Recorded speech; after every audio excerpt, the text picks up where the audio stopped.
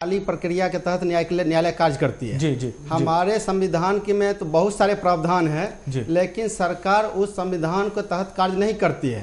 न्यायालय के पास इतना बोझ होता है कि वो सही रूप से कार्य नहीं कर पाता है। मैं तो चाहता हूँ कि सरकार इस घटना से, चूंकि आए दिन घटना होती रहती है और इसके लिए सरकार ही नहीं, मुख्य रूप से विपक्ष पार्टी भी जिम्मेदार है, क्योंकि कभी भी विपक्ष पार्टी की जो महिला है, विपक्ष के नेता, कभी ने यह मुद्दा नहीं उठाया कि सिर्फ दिल्ली का ही नहीं पूरे देश की सवाल है। देश की महिलाओं की इज्जत आबरू का ख्याल रख करके इस घटना से पूर्व कभी भी सुषमा स्वराज जी ने आवाज नहीं उठाई कि बलात्कारियों के लिए फांसी का प्रावधान हो। तो मैं खैर पॉलिटिकल व्यू है, इसमें मैं कुछ नहीं कहूंगा। न्याय प्रणाली का जहां तक सवाल है, मैं इस बात को जरूर कहूंगा कि ऐसे घटना के लिए न्याय प्रणाली के तहत एक स्पेशल कोर्ट बनाया जाए, स्पेशल कोर्ट बनाया जाए जिसमें सिर्फ बलात्कार की घटना का ये तो है कार्यवाही चले। बिल्कुल, ये तो सुमन जी आपकी बात ठीक है कि कोर्ट बने, उसकी बात तो गवर्नमेंट भी कह रही है। मुझे सिर्फ ये जानना है कि पिछले कुछ वर्षों में खासकर दिल्ली में जिस तरह से बलात्कार की घटनाएं बढ़ी हैं, दिल्ली नंबर 1 पर है। मैं आपको बता दूं कि जो 45 बड़े शहर हैं, बड़े या छोटे भारतवर्ष के, उनमें बलात्कार की सबसे ज्यादा घटनाएं दिल्ली में हुई हैं। और मेरे ख्याल से मेरे पत्रकार मित्र अभिषेक पांडे जी इस बात से निश्चित रूप से सहमत होंगे। तो मुझे सिर्फ आपसे ये जानना है कि कोर्ट की प्रोसीडिंग्स में आपने कोई तेजी देखी दिल्ली सरकार की तरफ से, प्रोसिक्यूशन की तरफ से? सुमन जी, कभी कुछ आपने ऐसा देखा, कुछ फास्ट ट्रैक होते हुए, दोषियों को सजा दिलवाते हुए कभी कुछ? देखिए, ऐसा है, मैंने बहुत सारे रेप केस का भी ट्रायल किया हूँ, बहुत सारे लोगों को एक्विटल भी करवाया हूँ। एक्विटल करवाए हैं आप? एक्विटल भी करवाया हूँ, चूंकि एक्यूज की तरफ से क्रिमिनल लॉयर यहाँ पे तो कन्विंस करने की बात जाकर के लोगों ने एक्विटल हुआ है। उसमें क्या है कि बहुत सारे अड़चन हो जाती है। यहाँ क्या है कि एविडेंस के तौर पर में पुलिस जो है सिर्फ पुलिस पार्टी को एविडेंस बनाती है और विक्टिम और डॉक्टर को विटनेस बनाती है। इसके अलावा कोई भी पब्लिक को जनरली विटनेस नहीं बनाया जाता है। पुलिस के पास सिंपल प्रॉब्लम आ जाती है कि यहाँ more than person out of Delhi के हैं, अगर हम उसको विटनेस बनाते हैं तो उसकी ट्रेस नहीं हो पाती है और पुलिस की विटनेस को कोर्ट अहमियत नहीं देती है, इसलिए लोग एक्विटल भी हो जाते हैं। अगर फास्ट ट्रैक कोर्ट बने और ट्रायल से पहले, जजमेंट से पहले बेल का प्रावधान नहीं हो, ऐसे नॉन बेलेबल ऑफेंस है, इसमें गिरफ्तार हो जाती है, बेल नहीं मिलती है, लेकिन कोर्ट कंसीडर करती है नॉन बेलेबल ऑफेंस में भी और उसे जमानत मिलती है। तो हम यही चाहेंगे कि ऐसे अपराध में एक तो फास्ट ट्रैक कोर्ट बने और जब तक ट्रायल नहीं कंप्लीट हो जाता तब तक उसे जमानत नहीं मिलनी चाहिए। जी, अभिषेक पांडे जी, आपका एक पत्रकार के नजरिए से क्या कहना है? ये अपराध कैसे कर्ब किए जा सकते हैं और प्रमुख रूप से कौन सा फैक्टर दोषी है सबसे ज्यादा? अभिषेक जी, ये अपराध एक तो बहुत बड़ा जघन्य अपराध है। इसके लिए कानून में कोई भी सजा नहीं, सिर्फ एक सजा होनी चाहिए, मौत। सीधे सीधे इनको जो है डायरेक्ट फांसी देनी चाहिए और इसका प्रोसीजर 15 दिन डायरेक्ट फांसी 15 दिन या 1 महीने का अंतराल होना चाहिए। दूसरा, हमारे दोस्त जो कह रहे हैं कि वो कानून की एक प्रक्रिया होती है, प्रक्रिया तो जबरदस्ती बनाई जाती है, इसमें प्रक्रिया की कोई आवश्यकता ही नहीं है। डीएनए टेस्ट है, साइंस है, डीएनए टेस्ट है, उसमें गवाहों की जरूरत ही नहीं है। डीएनए टेस्ट अगर क्लियर हो रहा है तो उसके बाद तुरंत उसको फांसी सजा देनी चाहिए, बात ही सामने क्लियर है वहाँ। ये अच्छा, 1 मिनट मैं आपको बताता हूँ। एक तो ये है, दूसरा ये है क्या कि हर चीज बढ़ी है, इकोनॉमी नहीं बढ़ रही है, कंट्री में पॉपुलेशन बढ़ रही है। पॉपुलेशन बढ़ने से मतलब थोड़ा 800% जो है टोटल क्राइम रेट बढ़ गया। ये बलात्कार के केस बढ़े 800%, मजाक बात नहीं है। 27,000 टोटल है। ये आपको लगता है एडमिनिस्ट्रेशन का फेलियर है? बिल्कुल फेलियर है एडमिनिस्ट्रेशन का। कोई एडमिनिस्ट्रेशन नहीं है, ना एडमिनिस्ट्रेशन है, ना कोई सुनने वाला है। ये घटनाएं वो हैं जो दर्ज की गई जब बलात्कार हो गया, और बिफोर दैट जो बलात्कार नहीं हुआ, उसकी कोशिश हुई, अटेम्प्ट हुआ, उसमें किसी थाने, किसी चौकी में किसी भी दरोगा ने कोई भी एक एप्लीकेशन नहीं ली, ना लिखा। इससे पहले कि मैं आपसे एक बहुत ही महत्वपूर्ण सवाल करूं, हमारे साथ 2 फीमेल्स भी हैं यहाँ पे स्टूडियो में। फीमेल साइकोलॉजी की बात करूं कि होता क्या है ऐसी घटनाओं के बाद, ऐसी वारदात के बाद। मैं आपको वो रिपोर्ट दिखाना चाहूंगा जिसमें हमने पॉलिटिकल रिएक्शंस की बात की है, सियासत की बात की है, जो इस वारदात के सामने आने के बाद अचानक बहुत तेज हो गई है।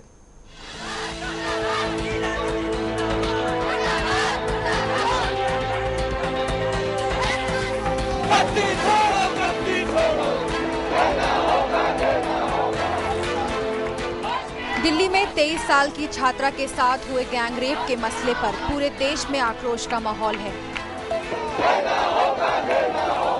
राजनीतिक गलियारों में भी इस हादसे की गूंज सुनाई देने लगी है। विपक्ष जहां कानून व्यवस्था का हवाला देकर सरकार को घेरने में लगा है, वहीं सरकार के मंत्री अभी तक ऐसा कोई ठोस आश्वासन देने में नाकाम रहे हैं जिससे लोगों में संदेश जा सके कि सरकार वाकई इस मामले में गंभीर है। दरअसल यूपीए अध्यक्षा सोनिया गांधी मंगलवार को रेप पीड़िता का हाल जानने सफदरगंज अस्पताल पहुंची।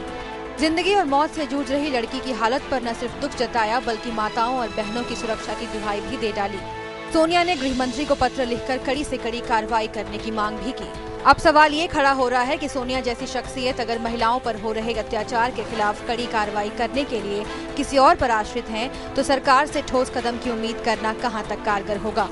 सरकार के इस रवैये पर आम लोगों के साथ साथ विपक्ष ने कड़ा ऐतराज जताया है।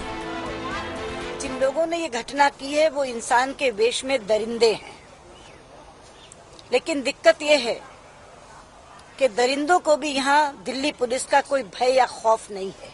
The Home Minister has become very efficient in just giving statements and not taking any action. We were extremely shocked that Sonia Gandhi, out of all the people, is demanding action, though she is the chairperson of the UPA, which is led by the Congress Party and is governing the country. इस बीच गृह मंत्री सुशील कुमार शिंदे ने संसद में ऐलान किया है कि इस पूरे मामले की जांच एक विशेष जांच दल के जरिए करवाई जाएगी। इसके साथ ही उन्होंने कई ऐसे सुरक्षा मानकों की भी बात की है जिससे दिल्ली को महिलाओं के लिए सुरक्षित बनाया जा सके। लेकिन जब बात दोषियों को कड़ी सजा दिलाने की आती है तो सरकार की इच्छा शक्ति कहीं न कहीं सवालों के घेरे में खड़ी नजर आती है। नेता लगातार इस बात पर जोर दे रहे हैं कि बलात्कार के दोषियों पर कड़ी कार्रवाई करने के लिए कानून में संशोधन की जरूरत है। ऐसे में महिला आयोग की अध्यक्षा ममता शर्मा ने उम्मीद जताई है कि शीतकालीन सत्र में बचे 2 दिन इस लिहाज से उपयोगी साबित हो सके। मैंने आज मीनाक्षी नटराजन जी से भी बात की थी कि वो अगर नोटिस दे दें तो बात बन सकती है, तो वो बोली है कि मैं आज दे दूंगी नोटिस। लेकिन मैंने उससे पहले गिरिजा जी को 2-3 बार फोन लगाया, मेरी उनसे बात नहीं हो पाई है। तो आज मुझे ऐसा लगता है कि गिरिजा जी और मीनाक्षी नटराजन कुछ दोनों मिलके कुछ करेंगी जरूर और नोटिस होगा देंगी। राजधानी में चलती बस में हुए गैंगरेप के बाद देश भर में असंतोष और आक्रोश का माहौल है। देश भर में इसके विरोध में रैलियां निकाली जा रही हैं। वहीं पीड़िता के परिजनों ने भी दोषियों को फांसी दिए जाने की मांग की है। लेकिन सवाल ये है कि क्या सरकार कड़े कदम उठाकर असामाजिक तत्वों को कड़े संदेश दे पाएगी या हो हल्ले के बाद ये मसला भी पहले की तरह ठंडे बस्ते में डाल दिया जाएगा। शुभ्रा सुमन की रिपोर्ट, सुदर्शन न्यूज। कड़े कदम उठाए जा रहे हैं दिल्ली पुलिस की ओर से। नीरज कुमार दिल्ली पुलिस कमिश्नर सामने आए कल मीडिया के, उन्होंने कहा कि अपराधियों को धर दबोचा किया है और बाकी जो फरार हैं उनकी तलाश चल रही है। लेकिन सवाल ये है, और बहुत सीधा सवाल ये है कि ये सब कुछ इतनी बड़ी वारदात के सामने आने के बाद क्यों हो रहा है? फास्ट ट्रैक का कोर्ट बनाए जाने की बात इस वारदात के सामने आ जाने के बाद क्यों हो रही है?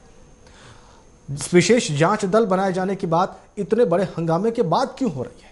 सरकार पहले से क्यों नहीं विचार करती, तब जबकि दिल्ली को रेप कैपिटल भी कहते हैं कुछ लोग, तब जबकि पिछले कई वर्षों से हम इसी प्रकार की चीजें लगातार देख रहे हैं। यह तो एक पक्ष हुआ। दूसरा पक्ष यह है पोस्ट ट्रॉमेटिक डिसऑर्डर। कल हमारे साथ इस कार्यक्रम में जिस विषय पर हमने किया था, हमारे साथ एक मनोवैज्ञानिक थे, उन्होंने बताया कि इस प्रकार की घटना के बाद पीड़िता जो है वो पोस्ट ट्रॉमेटिक डिसऑर्डर की शिकार हो जाती है। इस खास वारदात की जो पीड़िता है वो जिंदगी और मौत की लड़ाई लड़ रही है, वेंटिलेटर पे है।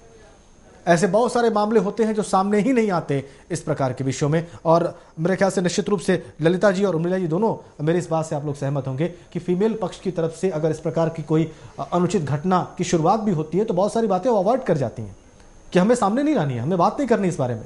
और इसकी वजह से भी अपराधियों को, शरारती तत्वों को या इस प्रकार की गलत मानसिकता रखने वालों को बढ़ावा मिलता है। ललिता जी बिल्कुल बिल्कुल सही कहा आपने कि आज का जो हमारा समाज है, हम बहुत महिला सशक्तिकरण की बात भी करते हैं, हम उसकी तरफ अग्रसर भी हैं। किसी भी चीज का अंतिम छोर कभी नहीं होता। हम लोग कोशिश कर रहे हैं कि महिलाओं को एम्पावर किया जाए जी। लेकिन ये आप सही कह रहे हैं कि आज भी हमारा जो समाज है उसके अंदर एक महिला इस बात को बहुत ही शर्मनाक तरीके से देखती है कि उसके ऊपर इस तरह की छीटाकसी हो जी। उसका एक दूसरा पहलू शायद ये भी है कि अगर कोई महिला सामने आने की कोशिश करती है, सब कुछ हम दोष तो सरकार के ऊपर थोप देते हैं, लेकिन क्या हमारा समाज उसके साथ कंधे से कंधा मिलाकर खड़ा होता है जी। जितने प्रदर्शन और ये सब हम आज देख रहे हैं जी। इससे पहले भी कई ऐसे केस हुए जो मेरी नजर में, क्योंकि मैं एक सामाजिक संस्था भी चलाती हूँ, मैं एक सामाजिक कार्यकर्ता भी हूँ, समाज से बिल्कुल जुड़ करके मैं चलती हूँ। मैंने ये देखा कि कहीं बहुत ऐसी जगह थी जहां पर रेप का केस मैं नहीं कह रही, लेकिन किसी भी प्रकार का अन्याय अगर महिलाओं के साथ हुआ है तो उसमें आवाज उठाने के लिए मैं अकेली थी या पीड़िता थी, कोई साथ आने तक के लिए समाज में से तैयार नहीं था। यही एक बहुत बड़ी हमारे समाज की हम कमी कहेंगे कि जब कोई औरत सामने आने की कोशिश करती है, बस स्टैंड पर अगर किसी लड़की के साथ ईव टीजिंग होती है, कोई गलत कमेंट किए जाते हैं, तो बहुत ही कम ऐसे होते हैं जो सामने आकर के फेस करते उसके इवन मदद मांगने पर भी सामने आने को तैयार। शेरावत बहन की बात से सहमत हूँ, परंतु एक जगह इस बात से सहमत नहीं हूँ, क्योंकि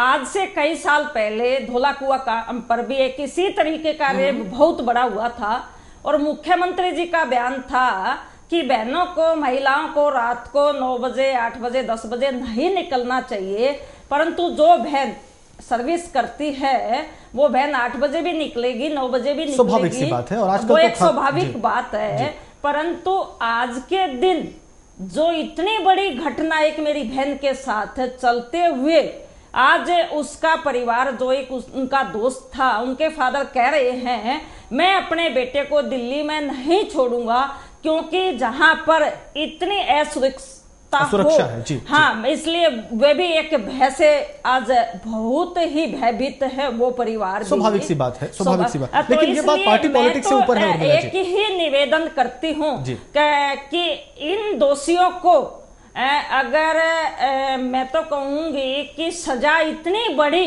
और जल्दी से जल्दी हियरिंग, क्योंकि लगातार चलती रहे, दिन प्रतिदिन डेली दिन हियरिंग होती रहे और उन दोषियों को इतनी बड़ी सजा, फांसी की सजा, मैं तो ये कहूँगा अगर इससे भी अगर कोई बड़ी सजा हो तो उन दोषियों को फांसी की सजा 1 महीने के अंदर ही इसका निर्णय हो जाए और फांसी की सजा उनको मिले, तब उस बहन की मैं तो भगवान से ये भी प्रार्थना करती हूँ कि वो बहन जल्दी से ठीक हो जाए, ताकि वो बहन भी हमारे साथ कंधे से कंधा मिलाकर ऐसे लोगों को सजा दिलवाए, फांसी की सजा केवल 1 महीने के अंदर। उर्मिला जी, आपकी प्रार्थनाओं में पूरा देश आपके साथ है, पूरा देश आपके साथ है कि जल्दी से जल्दी ठीक हो, अपना मुकदमा, अपनी लड़ाई वो खुद लड़ने में सक्षम हो और देख सके दोषियों को सजा मिलती हुई, ऐसी प्रार्थना हम सब कर रहे हैं। और सर इसी प्रकार की भावनाओं को महिलाओं की, क्योंकि ये एक रोष इस घटना के प्रति,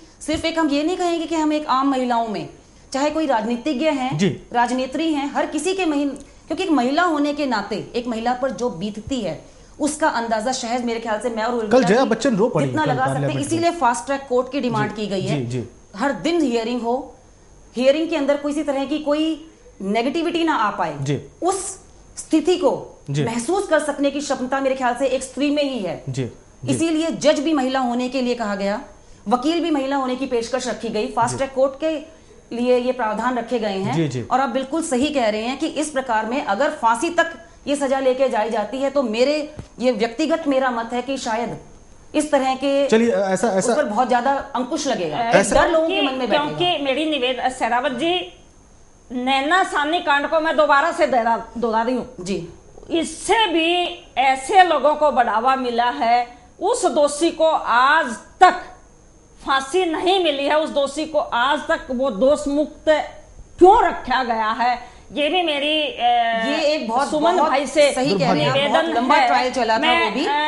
लोहिया जी की बात से लेकिन देखिए मैं इसमें आपको यही कहूंगी कि लोहिया जी अभी कह रहे थे कि इसको लंबा बिल्कुल नहीं लिया जाए, उसके सारे पॉइंट्स तो उसके सामने हैं, तो इसलिए सरकार ने भी इस महिला को दिन रात सहयोग देकर सीधा किसी पर हम उंगली नहीं उठा सकते। नैना सानी कांड को बार-बार बीच में जो ला रहे हैं, न्यायालय में उसकी पूरी प्रक्रिया चली है। किस तरीके से वो बहन आज मौत से जूझ रही है, किस तरीके से उस बहन उस बहन के शरीर पर 50 घाव है और किस तरीके से उस व्यक्ति ने उर्मिला जी बिल्कुल इसमें कोई दो राय नहीं है। उर्मिला जी, उसने जब उसको उसके मुंह से काटा तो उसके शरीर पर रोड़ों से मारा है उस व्यक्ति ने, दोषी व्यक्ति ने, जघन्य बर्बर, इसकी जितनी निंदा की जाए कम है, शायद शब्द ही नहीं, यही कहती हूँ।